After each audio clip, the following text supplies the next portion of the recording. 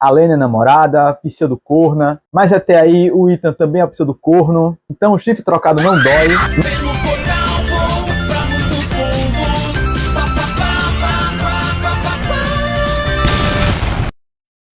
Oi, eu sou o Tom e hoje eu tô aqui para falar com vocês sobre 18 Luas. Já comecei muito bem, esquecendo o próprio título do livro. Vamos lá. Que situação. Mas antes eu vou pedir para você, por favor, se inscrever no canal, deixar um like, me seguir em todas as redes sociais. Eu sou Tom Lusto23 em todas as redes sociais. Sem mais delongas, bora pro vídeo. Esse é o terceiro livro da saga Beautiful Creatures, que começou com 16 luas, já tem vídeo no canal sobre esse livro, 17 luas, que também já tem vídeo no canal, e finalmente 18 luas. Acertei. Eu só tô me confundindo com esses títulos porque tem tudo a ver com número, e isso acaba comigo. Eu sou uma pessoa de humanas, eu realmente tenho nada de exatas. Mas como esse é o terceiro livro da saga, eu não vou perder tempo contextualizando o que eu já contei lá no primeiro livro e no segundo. Contei essa porra mais de 500 vezes. Então, se você não conhece nada da história, eu sugiro que você veja os vídeos anteriores, porque nesse aqui eu só vou comentar sobre a minha leitura e experiência com spoilers. E eu tô cansado de ficar com esse boné. Bem melhor. No livro anterior, lembra que eu reclamei com vocês sobre o fato da Liv ser uma personagem que ela foi deixada completamente de lado?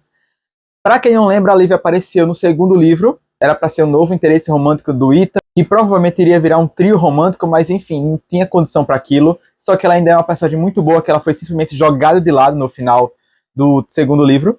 E é legal que no começo eles relembram que ela existe. Hashtag Liv está viva. E agora que a Ridley é mortal, ela vai começar a frequentar a escola, o que sinceramente vai ser muito engraçado, porque a Liv odeia humanos e agora ela é humana e completamente normal. Então ela tá vivendo terror na Terra. Provavelmente esse é o maior castigo que a Seraphine poderia ter dado pra ela. Ela merece? Merece. Mas é a Ridley, ela nem é tão vilã assim, ela só age pelos interesses egoístas dela. E lembra que eu falei que o Link iria começar a ser um personagem mais presente nessa história? Então, de todas que eu li, essa aqui tá sendo a melhor história, porque ele tá muito mais presente. A amizade dele com o Ethan continua sendo o ponto alto, e ele estar mais presente melhora muito mais a experiência, porque os dois são extremamente engraçados. E agora, o Link, além dele ter ganhado poderes de sucubus, porque o John mordeu ele, ele tá gostosão, tá atraindo a escola inteira, sendo que a única pessoa que realmente interessa a ele, que é a Ridley, ele continua sem ter a atenção dela. Que situação. Mas bem, o conflito dessa história é que, como a Seraphine e o Abraham estão vivos, eles ainda podem querer causar algum mal. Qual é esse mal, a gente ainda não faz ideia. A gente só desconfia porque a Ridley tinha prendido o John naquela Pokébola, que eu esqueci o nome, que era que o Malcolm estava preso também na história anterior, no livro anterior. Ninguém sabe que o John tá preso com a Ridley, mas o Abraham e a Seraphine estão procurando muito pelo John. Porque a gente não faz ideia, mas começam a surgir umas teorias aí de que, bom, agora vai ter uma nova invocação, né? Porque agora vai ser a 18ª lua da Lena, então rola uma teoria aí da conspiração, de que o John é como se fosse uma reencarnação do Adão e a Lena da Eva.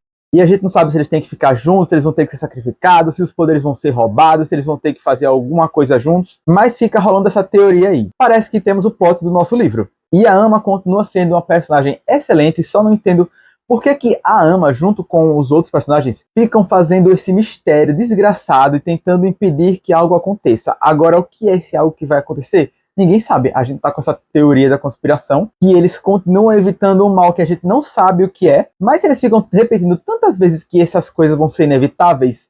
Cara, tentar impedir elas, não é melhor você conversar, olha, pode acontecer isso, vamos ser bem específico logo.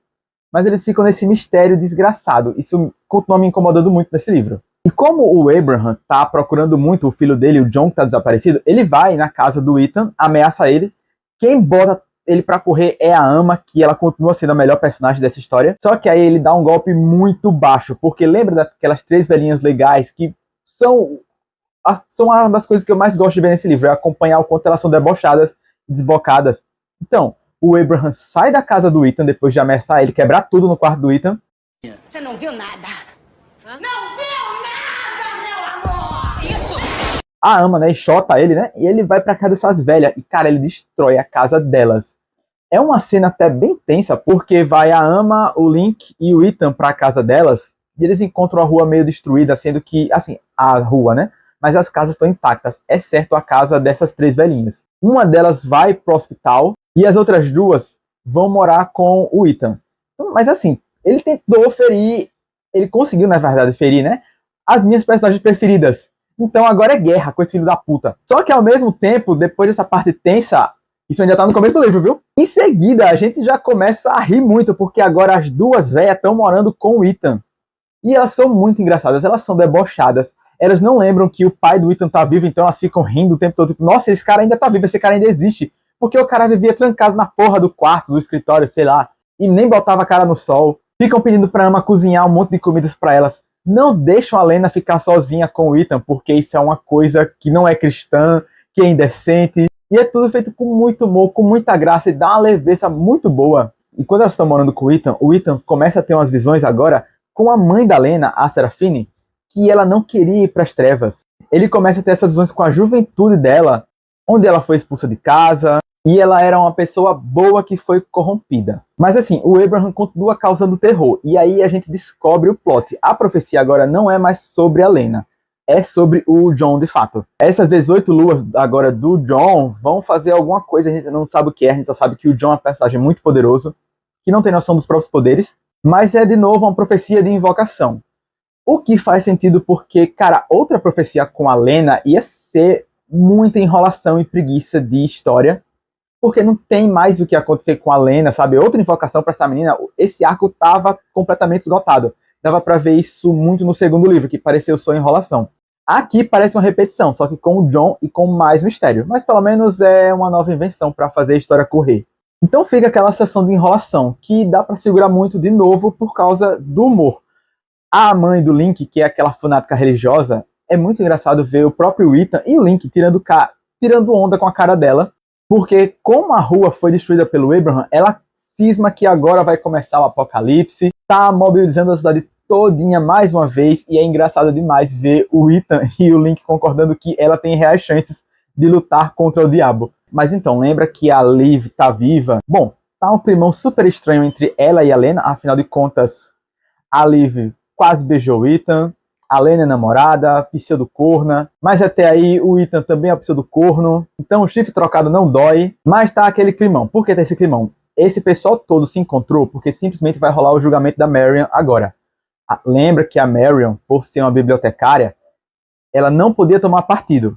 Só que a Liv tomou, e a Marion é responsável pela Liv. Então, ou seja, se ela é responsável, ela que vai ter que responder judicialmente por isso.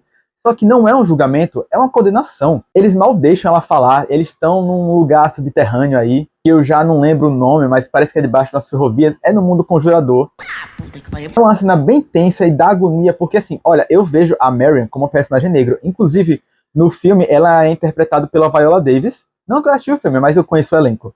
E isso, pra mim, cria um paralelo bem interessante aqui, onde esses negros são explorados, usados, são personagens completamente secundários, apesar de que eu imagino aqui todo o elenco como negro, mas eu acho que a autora não tinha essa visão quando escreveu sobre eles, ao menos sobre a Lena. Eu realmente considero o Ethan negro, acho até muito estranho que no filme eles tenham colocado ele como personagem branco, porque todas as origens e indícios dele, da ama, da família, dos ancestrais, é uma ancestralidade africana de fato.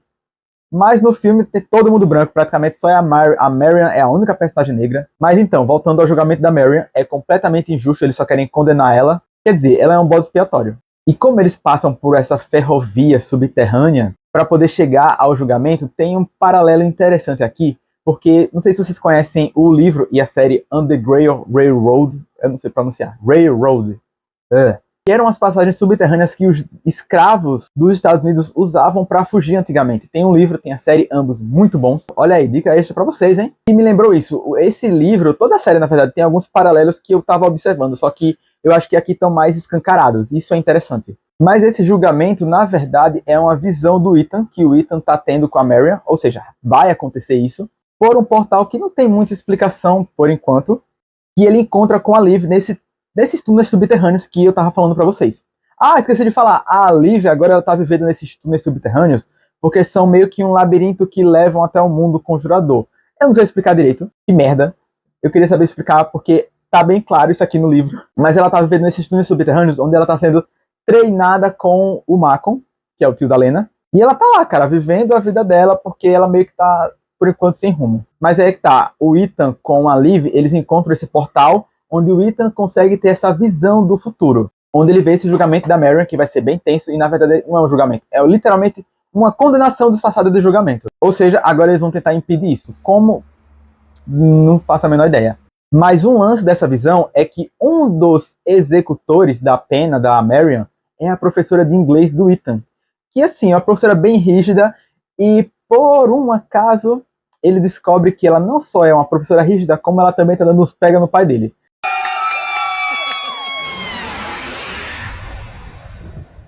Não é à toa que agora ele tá saindo do quarto e as velhas na casa dele estão falando: olha, você tá vivo mesmo, hein? Pois é. Arrumou uma buceta no chão e ficou vivo. Acabou o luto dele, oficialmente. E quase chegando na metade do livro é que eles descobrem que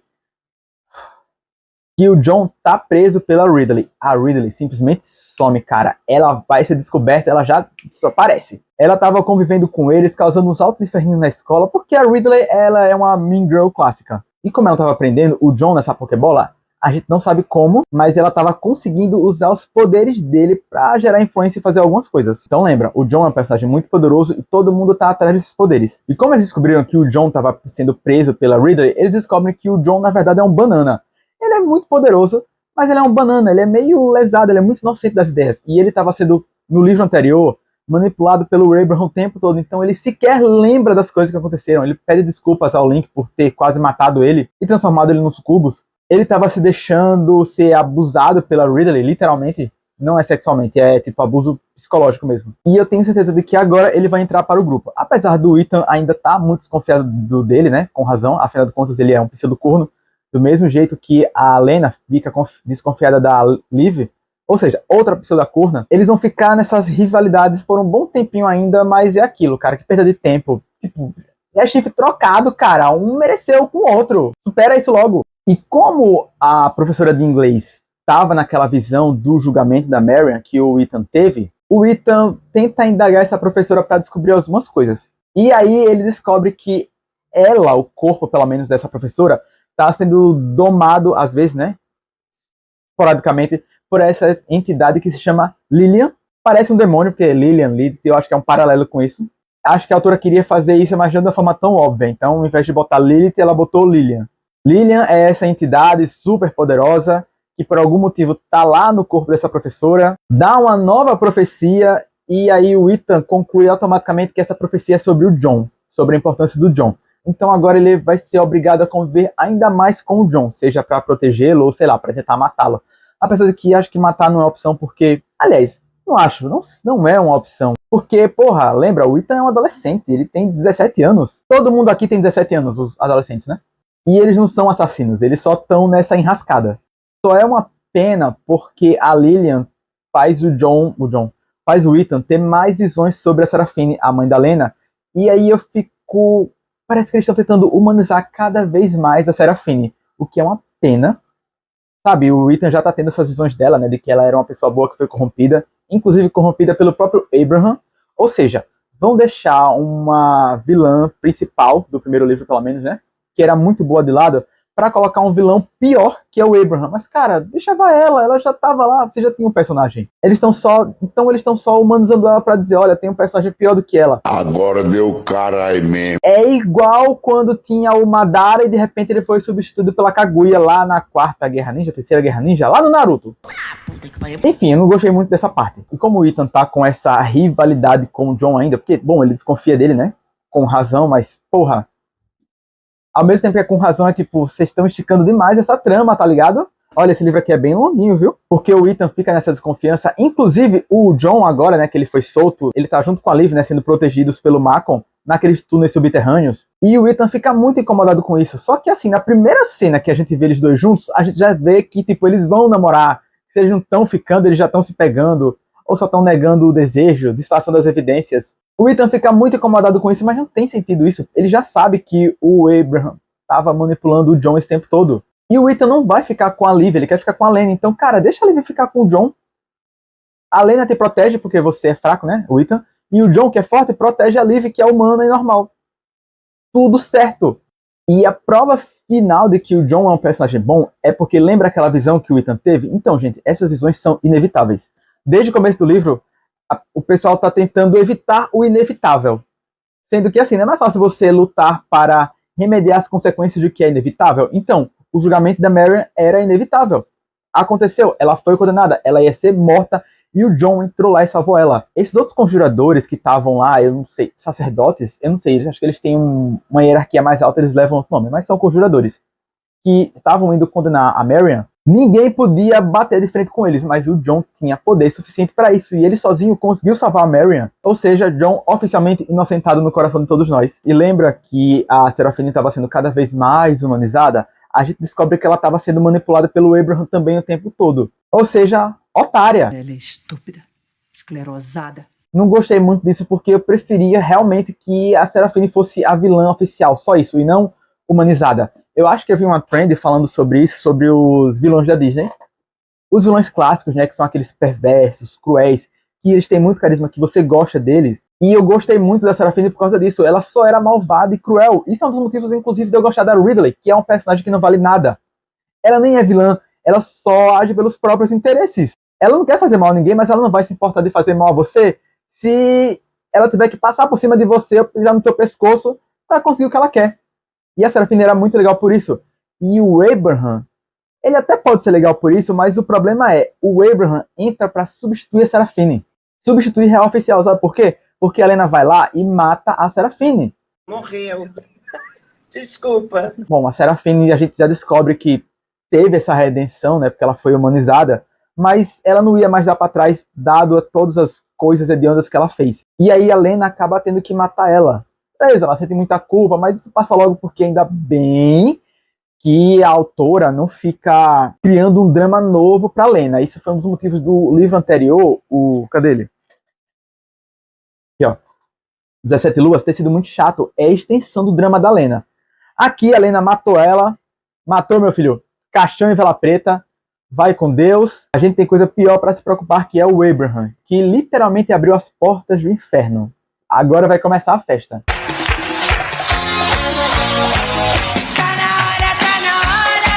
Literalmente, ele abriu a porta dos infernos. Lembra daquela profecia lá do começo do livro do Adão e Eva? O Adão aparentemente continua sendo o John, mas a Eva, que o Abraham queria, que o Ethan e todo mundo, eu inclusive estava achando que era a Lena, ao menos tudo indicava para isso, na verdade é a tia Pruss. A tia Pruss, que é uma daquelas 3 velhinhas que foram atacadas pelo Abraham lá no começo do livro. Quer dizer, olha o ciclo se fechando. Fechando sempre o verso que você falou antes. Assim eu aprendi com o Roberto Carlos. A tia Pruss é que era a Eva que o Abraham queria. Por quê? Não sei se essa parte ficou bem explicada ou se ela explicou e eu não entendi porque eu sou burro. Mas a tia Pruss é a Eva que o Abraham queria. E o Abraham consegue isso, por isso que ele abre as portas do inferno, né? Então a tia Pruss morre. Beleza, ela não sofre pra morrer, mas ela morre. Ela já estava na UTI há um tempão, todo mundo já imaginava que ela ia morrer. Ela velhinha, né, gente? E o Ethan descobre isso em mais uma das visões dele. Uma coisa engraçada que eu até marquei no Scooby e no Maratonando sobre isso é que o Ethan, toda vez que ele tem uma visão, que ele tá dormindo, ele cai da cama. Ai, Jesus Nazareno. Ai, eu caí. Cara, eu deveria ter contado quantas vezes ele caiu da cama tendo uma visão desde o primeiro livro, porque ele caiu inúmeras vezes. Então, como é que esse menino não quebrou nada, ou sei lá, não deixa simplesmente o colchão no chão? O Abraham já tinha destruído o quarto dele mesmo, né? Pra ver se para de cair na cama e não corre esse risco todo, porque toda vez que ele tem uma visão, cai da cama. Mas continuando, lembra que o John era esse Adão? Então, chega um momento em que o John vai se sacrificar para impedir de acontecer esse mal terrível, afinal de contas as portas do inferno estão abertas, né? E o John, sendo Adão, parece que ele pode impedir isso. Quando o John vai se sacrificar, é uma cena até bem bonita, porque é uma forma de como... É a forma como o Ethan perdoa o John e o John perdoa o Ethan. Porque eles estavam se odiando, porque o John fez coisas extremamente ruins, sendo que ele estava sendo manipulado. O Ethan não confiava no John. E assim, ele tenta sacrificar, só que ele não consegue, porque na verdade o Adão é o Ethan. Não sei se vocês ficaram surpresos, eu fiquei um pouco surpreso, porque ele descobriu isso tendo umas visões também, caindo da cama várias vezes. O Ethan tem 2 almas. Lembra que lá no... Aqui no 17 Luas, a gente descobre que Aqui no 16 Luas, o Ethan tinha morrido. A gente não sabe disso. Aí aqui no 17 Luas, a gente descobre que a Lena salvou o Ethan da morte. Aí aqui no final do 18 Luas, a gente vê que o Ethan ganhou 2 almas. Porque ele ainda tem uma parte morta dele, aparentemente, que tá lá no... morto. No além. Não quero ir pro inferno. E é por isso que aqui no 17 Luas, o Ethan começa a ter cada vez mais visões, porque a alma dele está dividida. E ele tem que unir essas 2 almas. Como é que ele vai unir essas 2 almas, se uma delas está morta e a outra está viva? Morrendo de vez. Então aqui o Ethan vai se sacrificar de fato. E cara, é uma cena muito triste. Porque isso que a Ama estava tentando impedir desde o começo, que eu fiquei o tempo todo de saco cheio pensando, caralho, que mistério chato da porra. Era isso, cara. Por isso que ela não contava pra ninguém. E aí, apesar de contar não gostando do mistério, eu entendo por que ela fez isso. Porque é aquela superstição de velho de dizer, olha, eu não quero nem falar disso, porque senão vai acontecer. E é literalmente isso, ela não falava por causa disso. E ela tentar salvar o Ethan, cara, é uma cena muito triste. Nossa, dá vontade de você chorar, porque a velhinha só tá tentando impedir que o neto dela morra. É até triste, porque quando o Ethan vai se despedir do Link, tipo, ele conta isso, né? Ele conta isso pra Lena, pra o Link, pra Liv, pra algumas pessoas, né? E assim, a Lena tá muito triste, muito abalada, ela fica assim, em estado de inércia total, porque por um lado ela quer tentar impedir que isso aconteça, por outro lado ela sabe que isso é inevitável. A despedida dele com o Link, pra mim, é a mais emocionante possível, depois dele com a avó, né? Porque o Link entende isso, ele só fica, tipo, triste e mal. É uma despedida realmente muito triste. É quase como se, tipo, olha, você vai partir pra uma viagem, você é meu melhor amigo, você tá partindo pra uma viagem inevitável, porque você tem que fazer ela na sua vida, eu vou ficar triste, mas eu sei que você tem que seguir em frente. Mas isso não deixa de ser triste. Só que não é uma despedida pra uma... É uma viagem, mas é uma viagem eterna. Ele vai morrer e não volta mais. Então é muito triste. A da Ama é mais triste ainda porque é desesperador. Ela tava tentando impedir que isso acontecesse o tempo todo. Então ela entra em pânico, ela tenta impedir que ele se mate. Fora que ela já tentou isso várias vezes. Quando a tia Prucy morreu, o Ethan tentou impedir que ela morresse, ele quase morreu junto. Inclusive eu até marquei esse trecho aqui. Abri os olhos e estávamos parados ao redor do corpo sem vida de tia Prucy. Ela tinha morrido, mas nós já sabíamos disso. Antes que eu pudesse dizer ou fazer alguma coisa, Ama me tirou do quarto e me levou pelo corredor. Ela mal conseguia falar, com o dedo magro apontando para mim. 5 minutos depois, estávamos no meu carro e ela só soltou do meu braço para que eu pudesse dirigir para casa. Levei uma eternidade para descobrir um jeito de voltar para lá. Olhei para o volante e pensei sobre a roda na porta do cofre. O que era aquilo? A última porta? Ama se virou e me deu um tapa na cara. Ela nunca tinha encostado um dedo em mim, em momento nenhum das nossas vidas. Nunca mais me assuste de novo. E cara, ela tenta impedir ele, ela tentou salvar ele de todas as formas que ela podia. Ama não era o tipo de pessoa com quem você se confrontava. Era um confronto próprio. Ela vivia pelas regras dela, pela lei dela. As coisas em que acreditava, que para ela eram tão certas quanto o nascer do sol. Ela também era a única mãe que eu tinha, e na maior parte dos dias, a única responsável. A ideia de brigar com ela me fazia sentir vazio e doente por dentro. Mas não tão vazio quanto me deixou o conhecimento de que eu era apenas metade de mim. Metade da pessoa que sempre fui. Ama sabia e nunca tinha dito nada. E as palavras que elas diziam eram mentiras. Porque ela estava tentando proteger ele esse tempo todo. Então sim, dá pra entender esse desespero da Ama. Cara, é realmente muito triste. É de chorar, cara. Eu realmente não sei como eu não chorei. Tipo assim, eu chorei por dentro, porque não tinha mais emoção por fora. Mas foi muito triste, foi muito pesado. Cara, é uma cena muito triste. Prepare o seu coração! Então a minha conclusão é que, depois da decepção que foi o segundo livro, né? Esse aqui, o 17 Luas, foi realmente uma decepção, porque foi só enrolação. Continua bom, mas eu sei que foi só enrolação, tá? Eu não sou otário a esse ponto. Esse livro foi o que realmente conseguiu dar continuidade à história, evoluir todos os personagens, deu uma redenção a quem merecia, né? Que no caso era o John, um destino para os vilões, né? Quer dizer, exceto pela Ridley, que ainda tá sumida. Isso é um destino pra Seraphine. Não gostei do destino dela, mas deu um destino pra ela. Tá bom. E uma evolução para os personagens, que foi realmente um dos pontos altos da história. Ó. Parar por aí. Já estão encomendados. O desenvolvimento dos personagens foi realmente um dos pontos altos desse livro.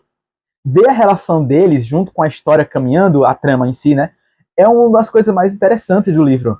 Fora, obviamente, a relação do Ethan com o Link. Cara, eu tô aqui pensando, não que eu fique shippando eles dois, mas, porra, eles podiam ser um casal, sabe? Porque Eles são muito amigos, é muito legal essa amizade deles. Nossa, olha, tem essa cena aqui, ó, nessa minha edição, tá na página 284.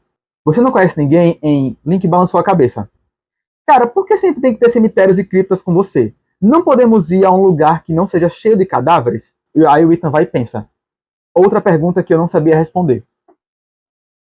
Esses tipos de humor que são muito sutis, é muito legal. Essa relação deles é muito legal. E a enrolação que tanto tinha me incomodado desde o primeiro livro, aqui é onde ela se amarra de fato, que é onde a gente entende por que ela está acontecendo. Quer dizer, é porque como esse segundo livro inteiro foi enrolação, não deu conclusão a nada, e o final do primeiro também, esse terceiro aqui, ele conclui muito bem o arco de enrolação, de por que as pessoas estavam escondendo tantas coisas. As tensões desse livro estavam na dose certa, então ele intercalava muito bem o humor com a tensão.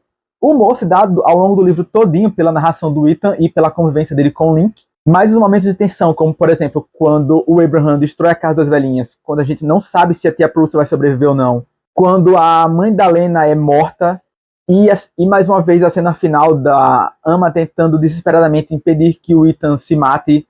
Então, assim, a tensão dele é muito bem feita nos momentos certos e é realmente para ser tenso. Então, o final desse livro, essa história aqui foi que realmente me empolgou, que deu um gás, que essa história aqui tinha tirado meu gás, essa aqui retomou tudo. Quer dizer, essa aqui que começou muito bem, terminou muito mal, porque o final dela, como eu disse lá no primeiro livro, no primeiro vídeo, não parecia um final. E esse aqui parece que conclui de fato o arco. Só que, obviamente, ele não conclui, porque vai ter o quarto livro. Olha, o livro acaba, literalmente, olha, aqui nesse trecho. Tipo, ele encerra de uma forma... Tipo assim, ele poderia aqui ter um arco narrativo concluindo a história toda. Que, obviamente, não tem, porque vai ter o último livro, né? Que é o 19 Luas. E quando o Ethan vai finalmente se matar, lembra que a alma dele estava em duas partes?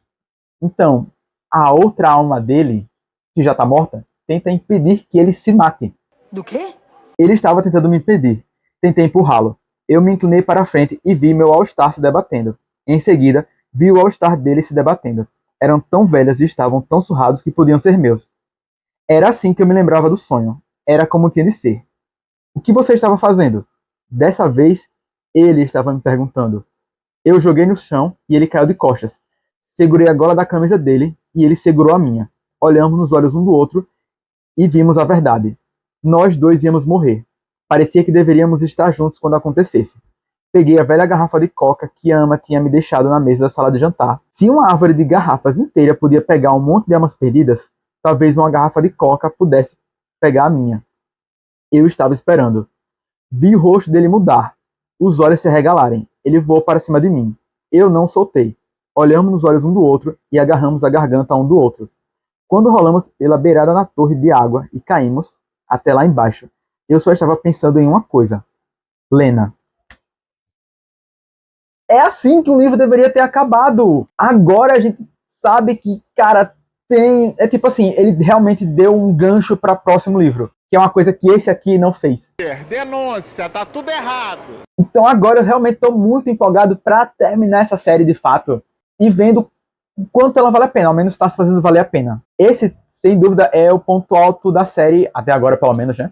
E eu espero que o próximo livro seja um ponto mais alto ainda. Porque vai ser finalmente a conclusão. E quando eu terminar de ler, eu volto para falar com vocês. Então é isso. Eu vou ver se na semana que vem eu já trago a conclusão deles para vocês. Se eu já tiver trazido, eu vou deixar o link nos cards. Enfim, procura aqui no meu canal. Mas me sigam em todas as redes sociais. Venham comentar comigo sobre esse livro também. O que é que vocês estão achando. De forma respeitosa, obviamente. Se não for respeitoso, vou mandar tomar no cu. E é isso. Vão ler 18 Luas. E um cheiro. Tchau. Até a próxima.